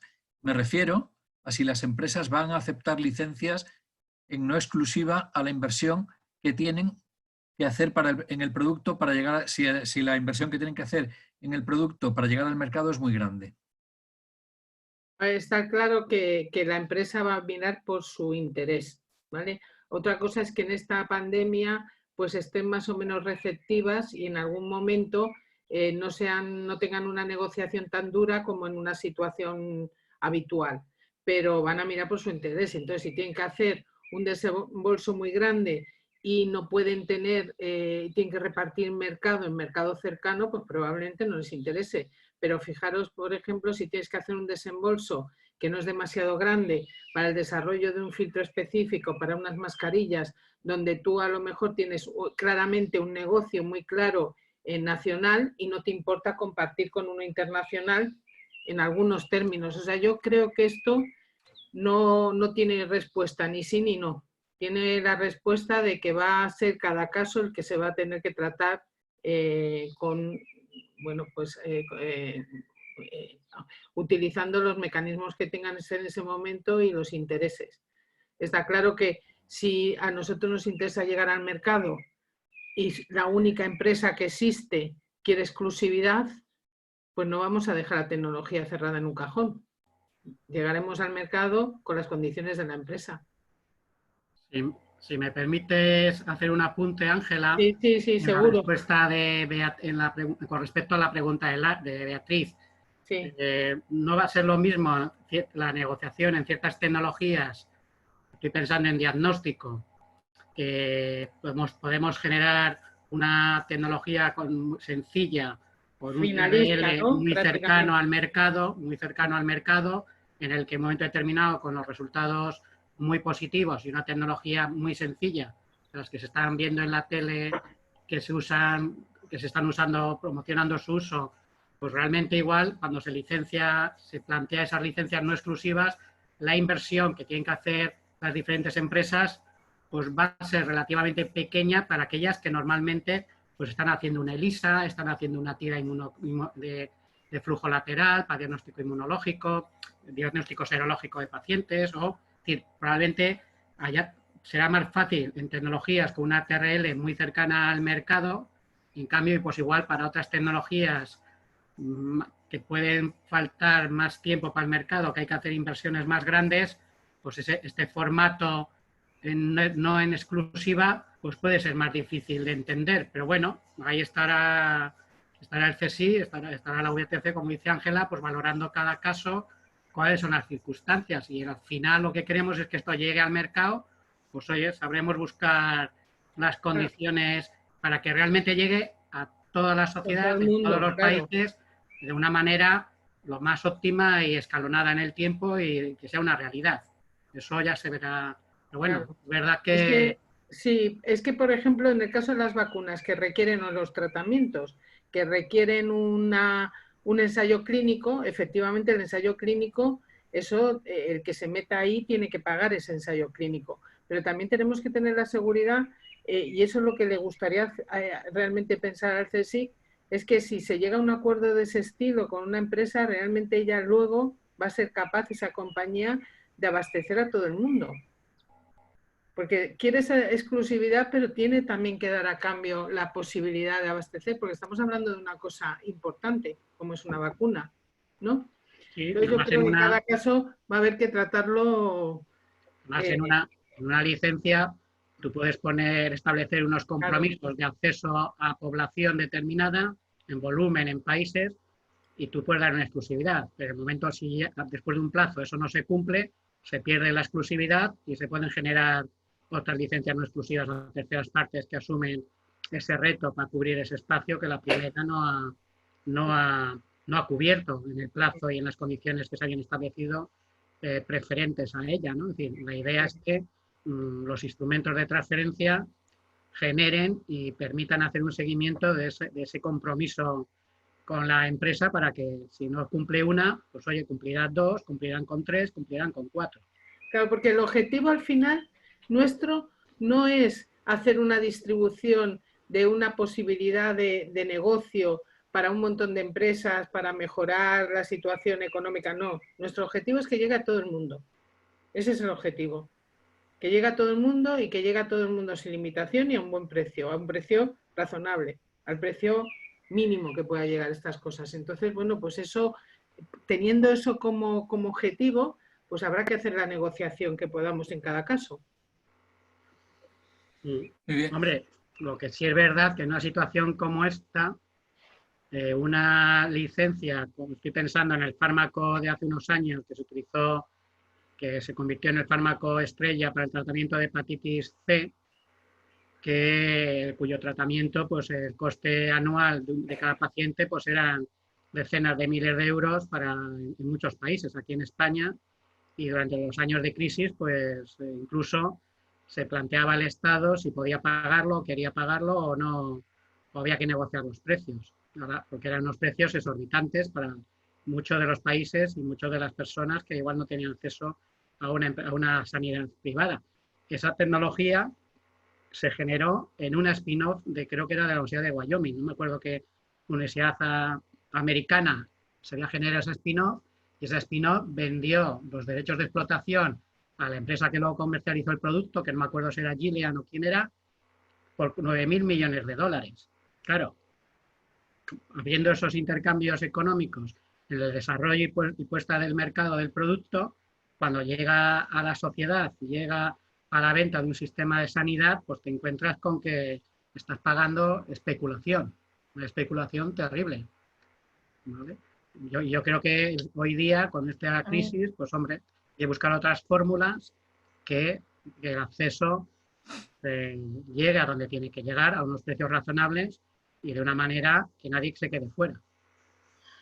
A mí, perdonar, sí que me gustaría solamente desde el lado nuestro comentaros la cantidad de consultas que tenemos diariamente a nivel de licencias obligatorias, licencias exclusivas, no exclusivas, la mejor manera para proteger. Yo hay una cosa que ha dicho Nuria, bueno, y algunos de los que ya somos asiduos en jornadas, me habréis oído decirlo muchas veces, que siempre considero que lo que te vale para tener tu activo intangible bien protegido por el uso que tú le quieres hacer, eso es lo que tienes que valorar, sea patente, sea secreto, sea lo que sea. Pero yo, desde luego, desde que ha empezado todo el tema del confinamiento, os diría que puedo decir que un 80% de los correos, de estos que te tienes que sentar, pensarlo y ponerte a escribir, han sido todos alrededor del tema de licencias, de transferencia de tecnología y de contratos de confidencialidad. O sea, sí que hay un interés importante en ello y sí que de verdad que hay una preocupación. Y son cosas que muchas veces, bueno, pues nosotros a lo mejor somos los que sabemos de ello, pero la gente a veces oye cosas, pero no termina de tener claro el concepto y lo que supone cada una de ellas. Y sí que es verdad que hay un nivel de consultas, vamos, totalmente el máximo nivel de consultas en estos temas por la preocupación que hay. ¿Y qué pasa, por ejemplo, si después a lo mejor si se estableciera un sistema de licencias obligatorias en España y se levantara el derecho de algunas patentes a la empresa? Después, ¿cómo se le podría dar una compensación por parte del Estado? ¿Cómo se hace una licencia? O sea, todo lo que es el procedimiento en sí, es alucinante la cantidad de expectación que ha suscitado y la cantidad de consultas que hay sobre ello. Solamente quería aportarle el tema este, sí. María José, aprovecho para una preguntarte, cosa, sí. porque lo tenía en cartera, es algo que comentamos en una reunión anterior con Javier Chávez, tú y yo, pero creo que puede ser interesante. Nos hablaras sobre la aceleración de plazos que estáis consiguiendo en términos de, por ejemplo, emisión de informes sobre el estado de la técnica.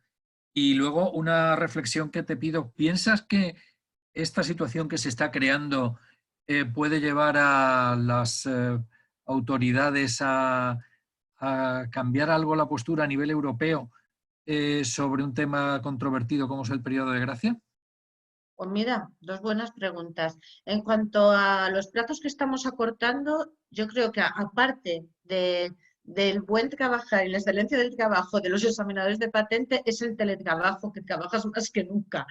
Entonces, también yo creo que contribuye. Sí que es verdad que ya llevábamos 2 años, que fue un objetivo de la oficina y un objetivo del departamento, acortar los plazos, sobre todo de lo que es la transmisión del informe del estado de la técnica al solicitante. Y eso me lo habéis oído decir muchas veces. Yo darle a un solicitante un informe del estado de la técnica a los 12 meses o a los 14, lo veo ya como decir, has pagado casi ese producto, por decirlo de alguna manera, más caro que existe en el procedimiento de concesión, y no te sirve ya para poder tomar postura de internacionalizar, seguir adelante o demás. O sea que eso es un objetivo muy claro que tenemos en el departamento. Y sí que con el tiempo hemos ido quitando el backlog que teníamos acumulado de años anteriores, y ahora la verdad que estamos en una media de 8,4 meses en el traslado del IEP al solicitante, siempre y cuando no haya ningún problema por medio, que ya no solamente depende de nosotros. La EPO, comparativamente, bueno, pues el objetivo que tiene es entregarlo en 6 meses. Nosotros, yo siempre lo he dicho también, hacemos todo lo posible para que nuestro servicio sea el mejor para nuestros usuarios. Si nosotros podemos seguir acortando esos plazos en la tramitación, por supuesto, tened en cuenta que claro que lo haremos. También es verdad, hemos tenido suerte en la oferta de empleo público y llevamos 3 años en los que hemos tenido proceso selectivo y han entrado nuevos examinadores. Estamos teniendo ahora muchas jubilaciones, pero también es una buena noticia que está llegando gente que al final la carga del trabajo queda repartida.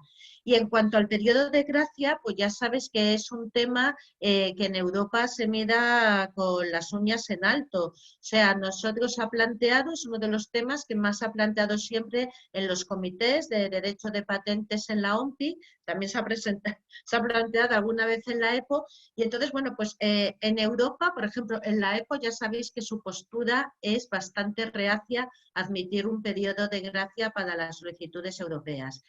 Hay 2 planteamientos en cuanto al periodo de gracia. Sabéis que tenemos el modelo americano, que es mucho más abierto, 12 meses, no hace falta ni siquiera que la divulgación la haya hecho el mismo solicitante, y el modelo japonés, que se queda reducido ya a 6 meses, tiene que haber sido el mismo solicitante.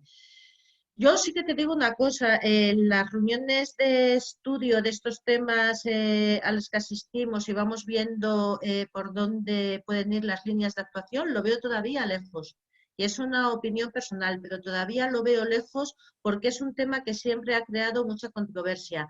Que a lo mejor, porque es lo que he empezado diciendo en mi presentación, que yo creo que a partir de esto van a cambiar muchas cosas, pero no solamente para este momento, sino también porque nos tenemos que plantear acciones de trabajo que deben de quedarse ya, no solamente para el momento de excepcionalidad, ¿vale?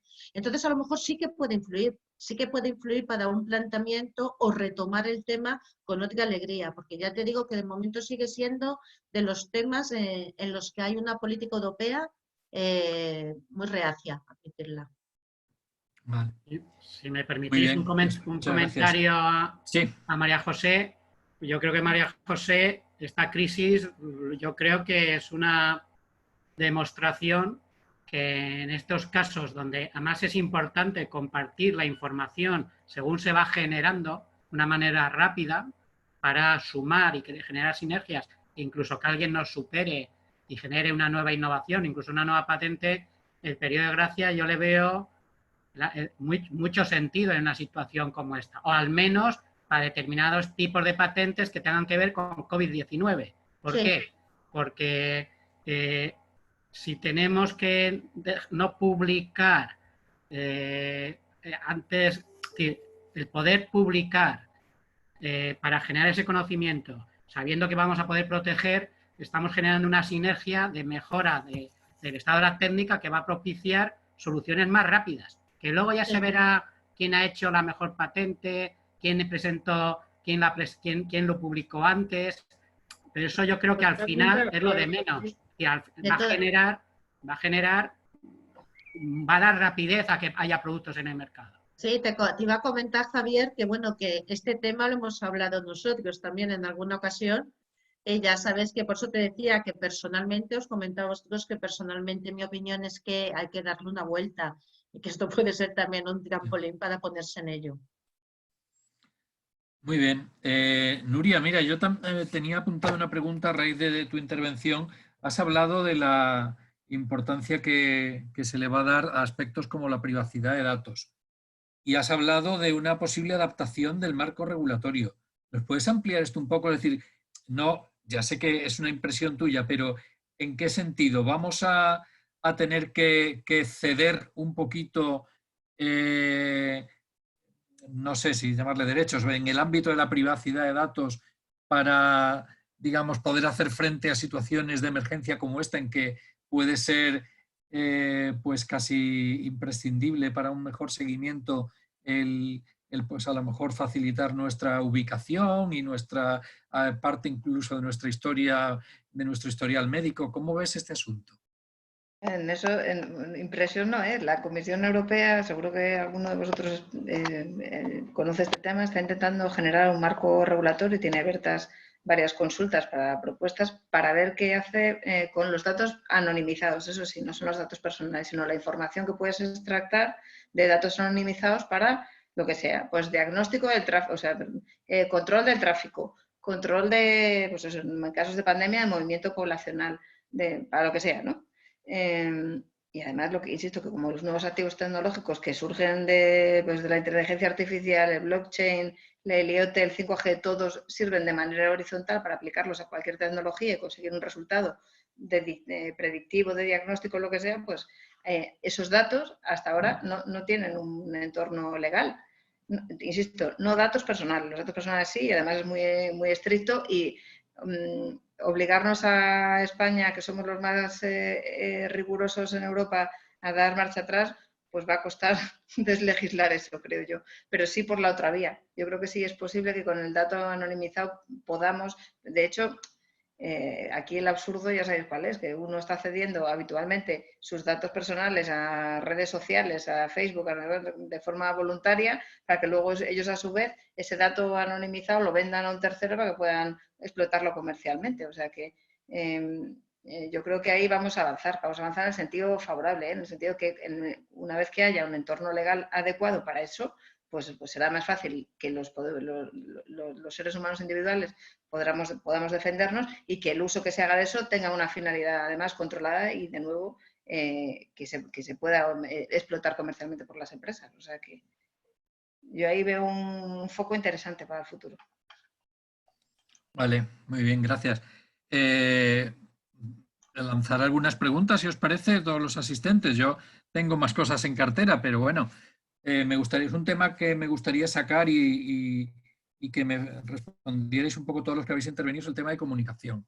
Yo creo que Ángela, yo creo que lo ha sufrido en primera persona. A lo mejor en algún momento los medios de comunicación no han sabido o no han podido recoger pues todo cosas de las que estamos hablando, de cómo un organismo, como puede ser el CSIC, pero cualquier universidad, otro organismo público de investigación, pues genera tecnología y tiene que tomar sus medidas de protección, todo lo que estamos hablando en cuanto a licencia y demás. ¿Creéis que también una de las enseñanzas de esta situación es saber o establecer una mejor comunicación a la sociedad de nuestra actividad, que yo creo que a veces resulta un poco incomprendida? Yo creo que sí. A ver, lo digo porque como me has nombrado a mí y he tenido la mala suerte, yo creo que había intencionalidad, pero os cuento para los que no sabéis lo que pasó, es en un momento determinado en la Hackathon de Madrid, de la Comunidad de Madrid, nosotros observamos que algún grupo se había apuntado y había puesto absolutamente todo lo que hacía, pero con un nivel de detalle tremendo. Entonces, yo internamente en el CSIC, para los investigadores, mandé un mensaje diciendo, por favor, os animo a que os apuntéis a este tipo de eventos, pero por favor, tener cuidado con lo que decís. Entonces, ese que era un mensaje interno, alguien lo sacó y lo mandó al ABC. Entonces, el ABC publicó que nosotros, el CSIC, no quería colaborar, no quería explicar lo que hacía y que además detrás de eso lo que había era el ánimo de lucro, de lucrarse, o sea, de hacer negocio. Eso en ningún momento se decía en el mensaje para nada, pero el periodista podía sacar esa conclusión. Claramente quería hacer daño, o sea, quería inventarse algo, pero es verdad que la gente cuando recibe eso también lo interpreta así. Entonces, mi conclusión que es, no estamos explicando bien qué sentido tiene la protección. O sea, la patente se interpreta, y eso ya lo he visto yo en algunos, digamos, investigadores que son un poco naif, que son un poco ingenuos a veces, ¿no? Que se levantan en alguna reunión que tenemos donde estamos explicando qué hacemos desde la VATC, cómo les vamos a ayudar, y se levantan diciendo que no, que lo que ellos hacen es universal y es para todos. Cuando eso tampoco es verdad del todo, porque al final también cuando publicas hay todo un aparato, todo un conjunto de revistas que viven del hecho de que tú publicas, tú lees y tú corriges y tú haces todo. Y ellos viven de esa necesidad. Entonces la pregunta es, ¿hay que publicar? Sí. ¿Por qué? Pues porque es la única forma de poner encima de la mesa lo que haces para poderlo discutir con otro que está muy lejos. Y poder criticar, no criticar, es como avanza. ¿Hay que publicar en abierto? Pues seguramente sí, hay que acabar con ese negocio. Pero la realidad es que si tú publicas en abierto, dejará de tener interés el negocio y dejará de haber gente que te ponga ese soporte y ese apoyo para que esa publicación sea un hecho. Y con las patentes pasa lo mismo. O sea, si tú no proteges, difícilmente puedes llegar a una empresa o a alguien que ponga eso en el mercado, que le interese hacer negocio con eso. Entonces, yo creo que sí, que hay que hacer una labor explicando que el querer entrar en un mecanismo donde alguien produce y se produce riqueza económica en un entorno no es nada peyorativo. No has dejado de repente de ser una persona que parece que los que no piensan en esas cosas son buenos y los que piensan en esas cosas son malos por el hecho de pensarlo. Entonces hay que cambiar esa cultura. Andrés Alba, tienes una intervención en el chat. ¿Quieres tomar la palabra? Bueno, a ver, ya que lo he escrito, claro, es que lo he escrito porque me provoca bastante pues un poco de eso, enfado, el ver cómo es un ejemplo de una cosa que ha pasado y está pasando bastante estos días, ¿no? Pues que desde las instituciones hay que hacer este esfuerzo extraordinario y necesario de combatir, voy a usar esta palabra, combatir la desinformación o la información que va sin suficiente contraste, que no refleja suficientemente bien las bases científicas de lo que está ocurriendo en todos los sentidos, ¿no? Y claro, es tal el tsunami de este tipo de acción, ¿no? El ejemplo este era un ejemplo de los tantísimos que está viendo estos días. Y entonces, bueno, pues quizás ya que estoy hablando, extendiendo la pregunta a los ponentes, ¿no? Desde las instituciones, ¿cómo están viendo ellos este tipo de consultas o interacción con los medios de comunicación para corregir o contrastar informaciones que tienen que ver con la ciencia o con la innovación en general? Intervenid cualquiera, por favor. No. Perdón. En el CSIC, por ejemplo, hace poco nos han ofrecido participar y estamos intentando echar una mano, pero también da mucho trabajo, te digo, pero participar en la línea esta que se llama New Neutral, que son la gente esta que analiza las noticias e intenta bueno, pues, ver si son fake o no son fakes. Pero eso es lo que nosotros hacemos. Por ejemplo, en el caso de la noticia esta del ABC, pues al final la conclusión a la que llegamos es que no merecía la pena ni removerla, porque independientemente que tuviésemos razón, muchas veces cuando mueves una noticia de esta la conviertes en importante. Entonces mejor no hablamos de ella y la noticia pasó desapercibida, duró un día. Pero es muy complicado, ¿eh? Efectivamente es tremendo la cantidad de tiempo que uno invierte y de esfuerzo en intentar desactivar este tipo de estas bombas que vienen. Sí, yo por añadir algo, o sea, yo creo que es muy complicado. De siempre ha sido complicado el transmitir bien los temas de ciencia a la sociedad, ¿eh? Bueno, quizá yo creo que ahora hay más conciencia y hay cosas más especializadas, ¿no? Pero sigue siendo muy fácil para cualquier desaprensivo meter una bomba, ¿no? Y decir una... y la verdad es que frente a eso te destroza mucho esfuerzo hecho, ¿no? No lo sé, yo creo que es complicado. Lo que sí que es cierto es que veo un poco la dinámica nuestra, por ejemplo, de la comunidad de transferencia, ¿no? Y no hay muchos acercamientos a los periodistas, a las escuelas de periodismo. Y a lo mejor es que tenemos que hacer más labor de este tipo. Creo también que los dirigentes académicos, pues, digamos, estos temas también les resultan un poco raros o difíciles, y entonces no se meten mucho. El tema de la propiedad industrial intelectual es un tema difícil, y entonces los rectores o vicerrectores que están poco, no son profesionales de eso, ¿no? Pues hay veces que también no es de lo que más hablan, ¿no? Entonces tampoco hay una dinámica pedagógica sobre estos detalles del mundo de la propiedad intelectual e industrial, ¿no? Pero yo sí que creo que tenemos un reto con el tema de los periodistas, ¿no? Y de saber llegar a esas comunidades. Y yo veo un poco atrás. Ahora, bueno, tenemos las redes de unidades de comunicación científica en las universidades. Yo creo que eso está bien. Son pasos que están bien.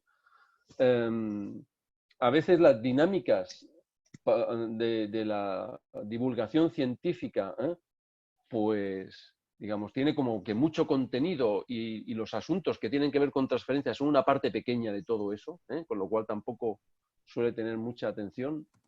Entonces yo creo que quizás nos deberíamos plantear un poco más de pedagogía con el sector del periodismo, con la formación de los periodistas, para poder explicar mejor cosas como las que hemos estado hablando todo el rato, ¿no? Que muchas veces la propiedad intelectual e industrial vale para negociar mejor las cosas y para negociarlas de una manera más justa.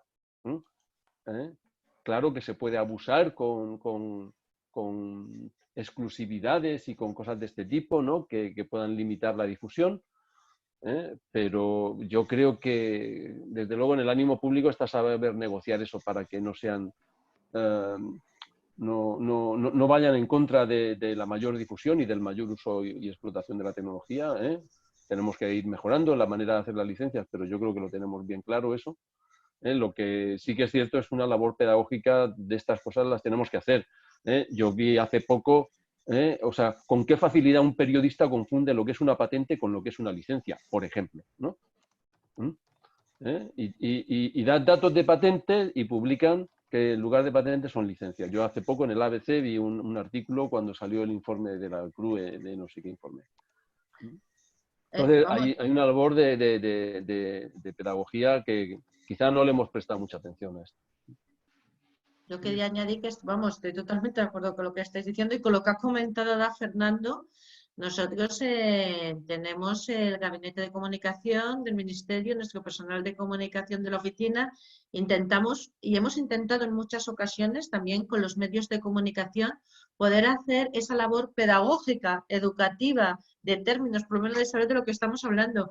Me ha hecho gracia lo que ha comentado Fernando, o sea, que es que puedes estar a lo mejor después de una hora de entrevista, incluso de pasar datos escritos y demás, y a mí a veces me he encontrado pues la directora del departamento de patentes ha dicho que este año, en este mes, hemos tenido 4.000 patentes, 4.000 solicitudes de patente. Y yo lo leo y digo, ojalá, vamos, ojalá en un mes hubiera tenido 4.000 solicitudes de patentes. Y entonces es algo que realmente, como estabas comentando también tú antes, Juan, y ha comentado también Nuria, el partir y hacer cosas distintas y a lo mejor darnos cuenta de las deficiencias de un sistema tan establecido que teníamos hasta ahora, pues nos puede llevar también a hacer, por ejemplo, una mejor educación, una mejor labor educativa. Es una pena, ¿eh?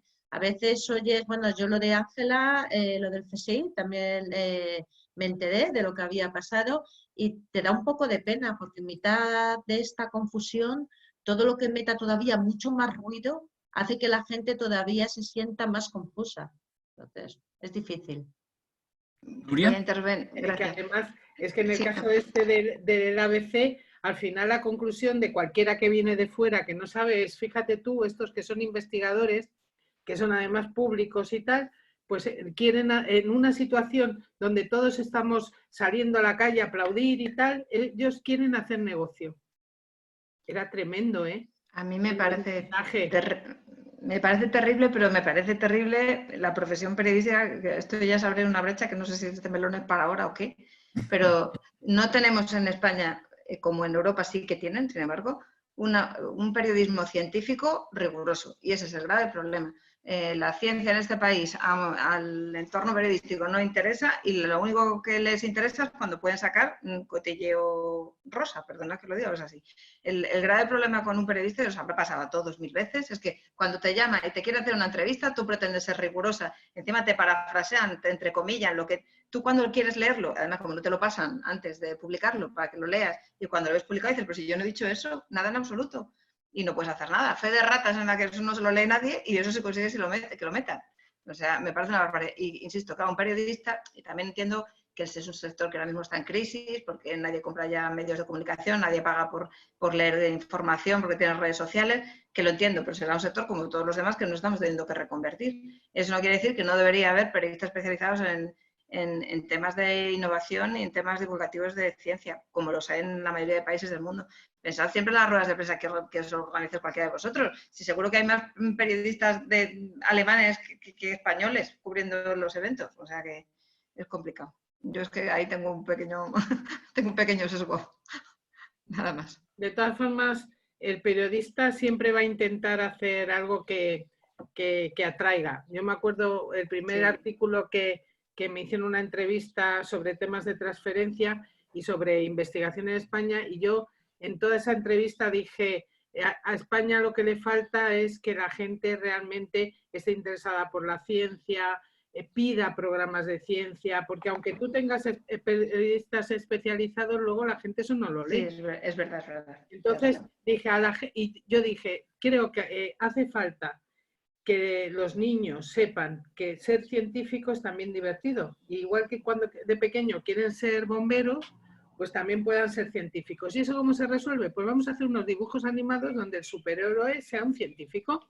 que es un hombre fuerte, que puede romper, que sube, no sé qué, pero en sus ratos libres, cuando se quita las gafas, o se las pone, no sé lo que hacía Superman, me parece que se las ponía, en lugar de periodista es un científico.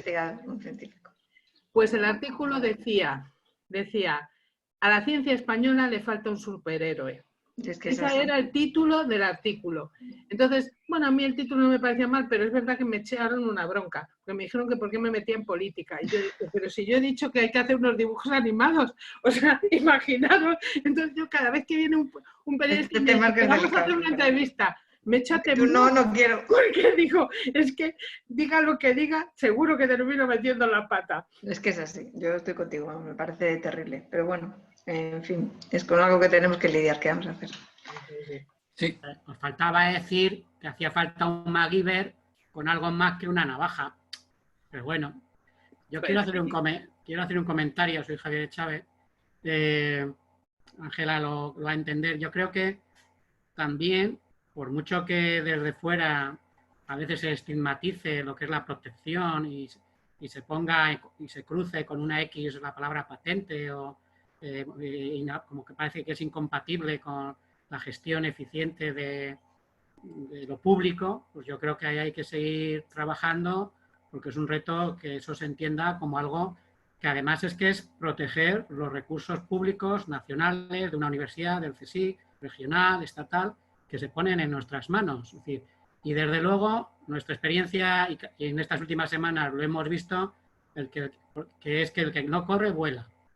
En entornos académicos en los que se está compartiendo información, material biológico, en un contexto que la gente está pensando que es académico, que todos estamos por la misma labor de desarrollar lo antes posible soluciones, pues cuando parece que tú comunicas que ya tienes un buen resultado, te viene la otra parte diciendo que eso es suyo, ¿vale? O cuando tú participas en la generación de un consorcio en plan pro bono público, es decir, en plan voluntario, luego resulta que hay el líder de un proyecto que se constituye en líder y dice que todo eso lo gestiona él y que lo de los demás es gratuito, pero la gestión económica y la transferencia y la innovación y de visión comercial que la van a gestionar. Es decir, nos encontramos en un contexto que no podemos ir de ingenuos, ¿vale? Ni con público, ni con partes públicas, ni con partes privadas. Es decir,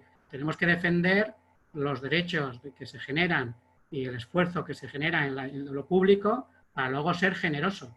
Pero si nosotros nos protegemos, yo os aseguro que la generosidad nunca la podremos aplicar y llevarla adelante. Totalmente de acuerdo. La última frase, genial. Apúntala, que esa la ponemos con lo de necesita un superhéroe. Sí, yo lo que creo es que además la sociedad, vamos, en general, una actividad como la nuestra es difícil de transmitir a la sociedad. Cuando se llega a una noticia es mucho más fácil quedarse con un titular de se intenta sacar provecho económico de lo que sea tal, que decir, bueno, lo que es la realidad. Se está tratando de gestionar la generación de conocimiento de la manera más efectiva posible, y a lo mejor el tratar de obtener al final obtener un rendimiento económico para la institución que lo haya generado o lo que sea, no es, y más en una situación tan excepcional como la que estamos viviendo, no es la prioridad. La prioridad es que ese conocimiento llegue del laboratorio a la cama, como se suele decir en términos hospitalarios, y que llegue de la mejor manera posible. Y digamos, nosotros, toda la gente que estamos en transferencia, formamos parte de esa cadena. Pues yo creo que eso nos cuesta y nos viene costando desde hace un montón de tiempo, y no somos capaces de que la gente lo conozca. Y ya no me refiero solo a los medios, hasta incluso en el ámbito de lo personal, de los amigos y de todo esto, bueno, pues no es infrecuente que la gente bromee un poco, ¿no? Diciendo, bueno, ¿qué estáis? A ver si sacáis dinero de esto y no sé qué. Pues, y me da muchísima rabia, la verdad, ¿eh?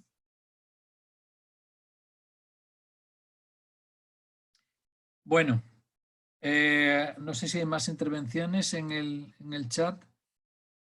No parece que de momento haya ninguna otra intervención. Bueno, son las 18:51. Habíamos fijado un poco como límite las 7 de la tarde para acabar con esto. Por tanto, si no queréis ninguno intervenir más, pues lo dejamos aquí. Yo simplemente volveros a agradecer a las ponentes, a Fernando, el habernos permitido compartir las experiencias en nuestras instituciones, CSIC, Universidad Politécnica de Valencia, Oficina Española de Patentes y Marcas y una agencia de propiedad industrial, Pons IP. Yo creo que ha resultado enriquecedor, y bueno, pues por parte de RedTransfer, volver a insistir en el mensaje que os di al principio. Estamos desde la Ejecutiva diseñando nuevos eventos y nuevos productos, digamos, que ofrecer en esta situación. Incluso, bueno, pues no sabemos cuánto va a durar. Se acaba de prorrogar el estado de alarma otras 2 semanas más. Y bueno, pues yo creo que hay que adaptarse y ofrecer más servicio en estas situaciones, y en eso estamos, o por lo menos es la intención. Por mi parte, nada más. Si queréis ir despidiendo. ¿Nada más? Nada, pues yo acaban de venir los niños con las bicis antes de que empiecen a montar escándalo. Me despido la primera, que ha sido muy mal. Bien. Muchas Muy gracias bien. por contar con nosotros. Encantada. Saludos a todos. Gracias a ti. Un abrazo fuerte a todos. Muy Chao. bien. Chao, Javier. Gracias por organizarlo, y creo que sí, que se pueden hacer más debates de este tipo en el futuro. Muy bien. Muchas Pues gracias, nada, Paloma. Juan. Gracias a vosotras de nuevo. No, a mí también me gustaría lanzar una Dime, invitación. perdona. No, una invitación para iniciativas y lo que os podamos ayudar desde la oficina, que nos la hagáis llegar. O sea que Perfecto. yo creo, sí, ya sabéis, la mayoría tenéis mi correo y ya me conocéis. Hacérnosla llegar, porque yo creo que es buen momento, igual que estamos hablando a veces de lo que nos está costando explicar algunas cosas, pero también Sí. es buen momento para las sinergias y muy bien momento para la cooperación pública-pública, que siempre hablamos mucho también de las cooperaciones pública y privada, que es muy importante, pero la cooperación pública-pública creo que también está en muy buen momento. Muy bien. Pues nada, hasta pronto, y que disfrutéis el fin de semana y el paseo dentro de una hora. Seguro que sí. Bueno, adiós, Paloma. Gracias por tu Hasta apoyo. luego. Hasta luego. Gracias. Hasta luego. Adiós. Chao. Chao. Chao.